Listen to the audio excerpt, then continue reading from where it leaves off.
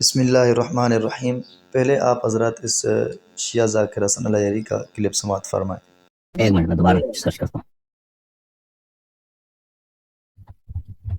بس آپ نے مہربانی کرنی ہے، اس کو ہو بہو جناب ڈالنا ہے تاکہ پتہ چلے کہ حضرت جو ہے ہمارے حسن اللہ یاری صاحب شیعان علی میں سے ہیں، یا قبلہ مفتی عبدالقوی صاحب اور اہل سنت شیعان علی میں سے ہیں۔ یہ ابو جحیفہ کی حدیث ہے ان علی رضی اللہ عنہ قال من السنة وضع الكف على الكف في الصلاة تحت السرة۔ یہ زندہ باد، نعرہ تکبیر، نعرہ تکبیر، نعرہ تکبیر، اللہ اکبر۔ میرا بیٹا نہیں، حسن کوئی اللہ یاری نعرہ زندہ تکبیر باد، کی گنجائش میرا نہیں ہے۔ بیٹا حسن اللہ یاری نہیں، زندہ نہیں۔ باد، میرا بیٹا حسن اللہ یاری زندہ باد۔ سیدنا علی فرما رہے ہیں کہ ہاتھ پہ رکھو اور سرہ کے حدیث ہے اوپر بھی رکھو۔ صحیح، آج حسن حدیث ہے بھی اللہ صحیح۔ یاری نے ثابت کر دیا کہ مفتی عبدالقوی کی نماز علی والی نماز ہے، مفتی عبدالقوی کی نماز علی شیخ والی صاحب، نماز ہے۔ نہیں، عرض آپ نے میرا نقطہ نہیں سمجھا۔ میں نہیں کہتا کہ آپ کے پاس دیکھیں، عرض یہ ہے کہ دیکھیں، ایک بات آپ نے مجھ سے کیا فرمایا تھا؟ آپ نے کہا تھا کہ رسول صلی اللہ علیہ وسلم نے جس عورت کے ساتھ مطاع کیا اس کا نام بتاؤ۔ میں نے عرض کیا کہ آپ دیکھیں ایسے کثیر چیزیں ہیں اس تاریخ میں جو کثیر الابتلاء ہیں، وہ رسول صلی اللہ علیہ وسلم سے مروی نہیں ہے۔ مثلا رسول صلی اللہ علیہ وسلم نے نماز پڑھائی، وہ ہاتھ پہ ہاتھ رکھا، آپ کے پاس کوئی حدیث نہیں ہے۔ یہ یہ آپ سیدنا علی والی ابھی آپ نے پڑھی تو ہے۔ یہ تو نہیں ہے کہ پیغمبر صلی اللہ علیہ وسلم نے جو نماز پڑھائی ہے وہ ہاتھ پہ ہاتھ بند کر کے، یہ تو نہیں ہے نا، یہ وہ تو نہیں ہے۔ اللہ اکبر، حسن اللہ یاری صاحب اور آپ میرے اور یہ بیٹے حدیث ہو، ہے بھی صحیح۔ آپ علی میں اور نبی میں کیوں فرق کرتا ہے؟ دیکھیں اس میں جو سنیوں کی طرف سے آیا ہوا ہے مفتی عبدالقوی، اگرچہ وہ کوئی ایسا علماء اہل سنت نزدیک معتبر اور مضبوط نہیں ہے، لیکن وہ ایک الگ موضوع ہے، میں اس پر نہیں جانا چاہ رہا۔ صرف اتنی بات کر رہا ہوں کہ اس نے نماز ہاتھ باندھ کر پڑھنے کا ثبوت دیا حضرت علی المرتضیٰ شیر خدا رضی اللہ تعالیٰ کے حوالے سے۔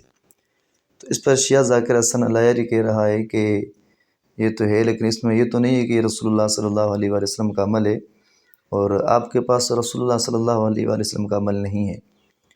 اب آقا علیہ السلام عمل ہے یا نہیں ہے، یہ بھی ایک الگ ٹاپک اور الگ موضوع ہے، اس پر بہت ساری روایت بھی ہیں، لیکن بہرحال صرف اتنا کہنا چاہ رہا ہوں کہ ان کو اگر ہم حضرت علی المرتضیٰ شیر خدا رضی اللہ تعالیٰ عنہ کا ثبوت پیش کرتے ہیں تو وہ ان کے لیے معتبر نہیں بن رہا، اور کہہ رہے ہیں کہ رسول اللہ صلی اللہ علیہ وسلم سے ثابت کریں۔ یہی بات علماء اہل سنت کے عرصے سے کہہ رہی ہے کہ اہل تشیع جو ہیں، شیعہ جو ہیں، یہ اپنا ایمان رسول اللہ صلی اللہ علیہ وآلہ وسلم سے ثابت کریں، لیکن آج تک کسی ایک شیعہ کے اندر بھی یہ جرأت نہیں ہوئی کہ وہ رسول اللہ صلی اللہ علیہ وآلہ وسلم سے اپنا ایمان ثابت کر سکیں۔ ایمان اصل میں ایمان اور کفر کا دار مدار ہوتا ہے ایمانیات پر، کہ کس چیز پر ایمان لانے سے بندہ مومن بنتا ہے اور کس چیز کے انکار سے بندہ کافر بنتا ہے۔ تو شیعوں کے ہاں جو ایمانیات ہیں وہ ہے توحید، رسالت، عدل، قیامت اور امامت۔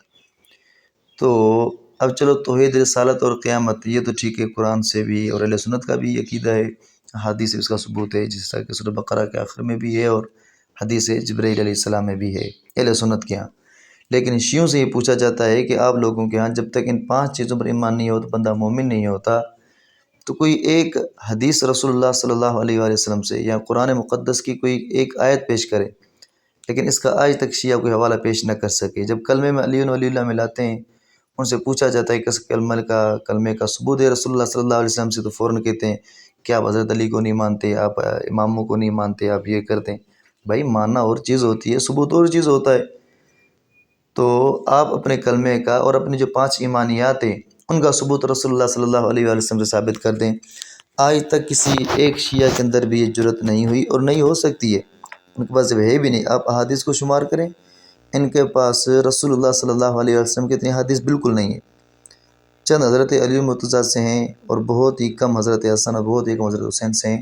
سیدہ فاطمہ الزہرا سے ان کے جو اصول اربعین میں سے ایک روایت بھی نہیں ہے، اور باقی روایتیں کہاں سے آ رہی ہیں؟ امام جعفر صادق پورا مذہب انہوں نے اسی بات پہ گھڑا ہوا ہے۔ انہیں پتہ تھا امام جعفر صادق رحمۃ اللہ علیہ کا کوئی پیچھے مطلب ان کی باتوں کا کوئی دفاع کرنے والا ہے نہیں، اس لیے رسول اللہ صلی اللہ علیہ وآلہ وسلم کی طرف کوئی بات منسوب نہیں کر سکتے تھے کہ علماء اہل سنت چھوڑتے نہیں، ان کو پکڑ لیتے تھے کہ جھوٹ بول رہے ہو، اور لیکن اب امام جعفر صادق کا نام لیتے اور حدیثیں گھٹتے جا رہے، روایتیں گھٹتے جا رہے ہوتے تھے۔